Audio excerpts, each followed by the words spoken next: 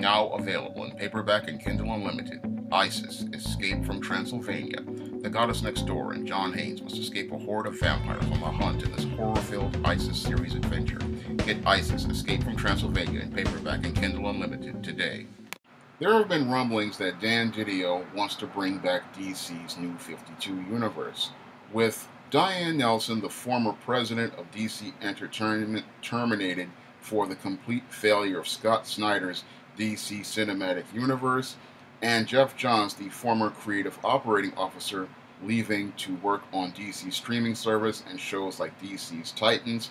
Dan DiDio is back in charge of DC's publishing division with Jim Lee and Bob Harris. And the return of Dan DiDio to being in charge of DC Comics couldn't come at a worse time for the comic book industry.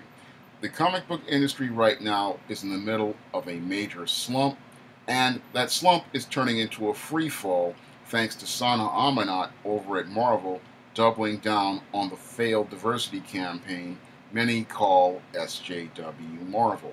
And with Sana Amanat doubling down on SJW Marvel, Marvel's sales have hit an all-time low, and the return of the New 52 to the DC Universe could lead to the complete collapse of the comic book industry.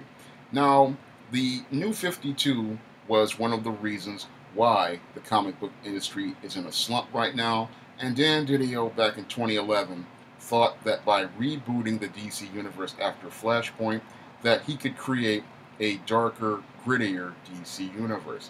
Unfortunately, many comic fans did not like this New 52 universe, and when they saw those first pictures of the Justice League, they were met with anger from many comic fans.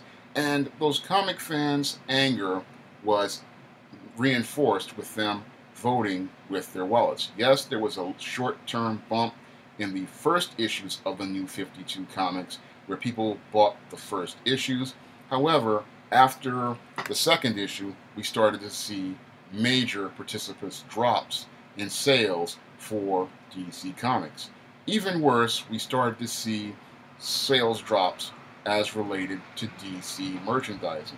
Action figure lines like Mattel's DC Universe Classics line suffered major sales drops when they started launching New 52 figures, and DC Collectibles toy line also suffered major sales drops in action figures when they started creating action figures based on the New 52. And when it comes down to this New 52, there has to come a point when your Dan DiDio just has to admit that the New 52 is a complete and utter failure. Because when you have a line that fails at comic book stores, fails as related to merchandising, where we have merchandise still on the shelves of many stores to this day, and we have the complete failure of many of these stories at the box office as related to movies, there has to come a point where DC Comics' parent company, Warner Brothers, just has to admit that this whole New 52 concept has failed. And they have to admit it's failed because they've already spent billions of dollars on this concept, and it just has not taken off with fans. And things are so bad that with this New 52, that literally DC Comics had to come in with the Rebirth storyline. And with the Rebirth storyline, we started to see glimmers of hope coming back to DC Comics after the complete failure of the New 52 at comic shops and merchandising. With Rebirth, there was this hope that many comic fans had that their classic DC universe would come back and their classic DC characters would come back. And people started to see hints of that with the button that Batman got in one issue, and we started to see it with things like the Doomsday Clock storyline and the Flash War.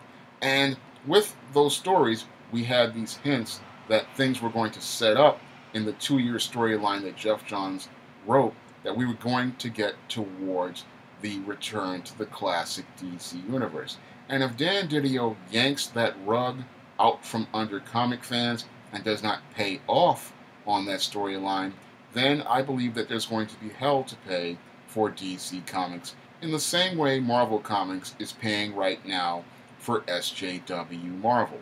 And that payment could lead to the complete collapse of the comic book industry, because angry comic fans who are already angry about SJW Marvel and are not buying Marvel comics would stop buying DC Comics. And that impact could be felt throughout the comic book industry, which is already seen suffering as a result of 50 comic book stores closing due to the result of SJW Marvel Comics. And a return to the New 52 could lead to even more comic book stores closing, because many of those people who were buying DC Comics would just stop buying DC Comics because they felt betrayed. And a lot of people already now are feeling betrayed thanks to Tom King's Batman number 50, which was supposed to pay off with the wedding of Batman and Catwoman. And when many people did not get that wedding of Batman and Catwoman, what happened was you had people deciding they weren't going to buy Batman anymore.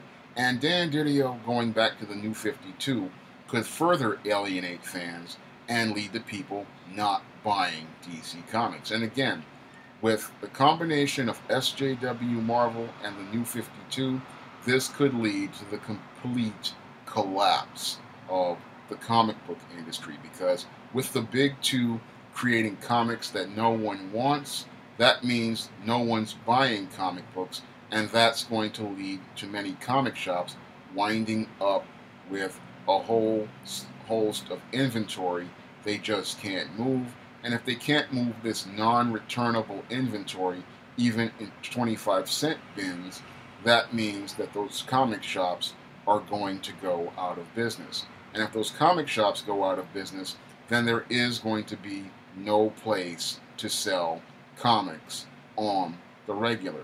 So when I take a critical look at your Dan DiDio's plan to bring back the New 52, it's just not a smart plan for DC Comics or the comic book industry right now, because when it comes down to the comic book industry right now, the comic book industry desperately needs the big two to go back to giving people the comics that they want.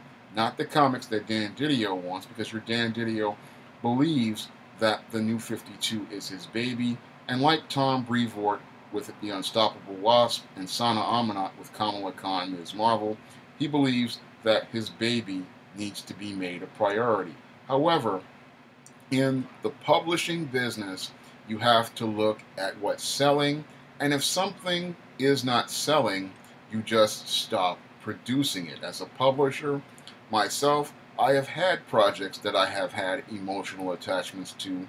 However, once I started to see that this project isn't making any money, that's when I would discontinue that project, and that's when I would just let it go and move on. That's something a publisher has to do. It's very painful to do when you have a character that you've created and you spent so much time working on, or a concept you really believe in and you've worked on it. But sometimes you just have to stop throwing good money after bad, because eventually you reach a point where those losses mount up to a point where you just can't afford to keep paying for these losses, and you have to realize that people just aren't interested in what you're producing. And if you have other projects that are making money, it's better to work on those projects instead of the project that you put your heart and soul to. Yes, you are emotionally attached to that product. However, your customers just aren't interested. And if you're in business to serve the customer and give the customer what they want. And when it comes down to DC Comics, it's clear to me that the customer does not want the New 52. They don't care about the New 52. And the only reason why many people were buying Rebirth comics was because they thought it was going to lead up to the payoff of a return to the classic DC universe.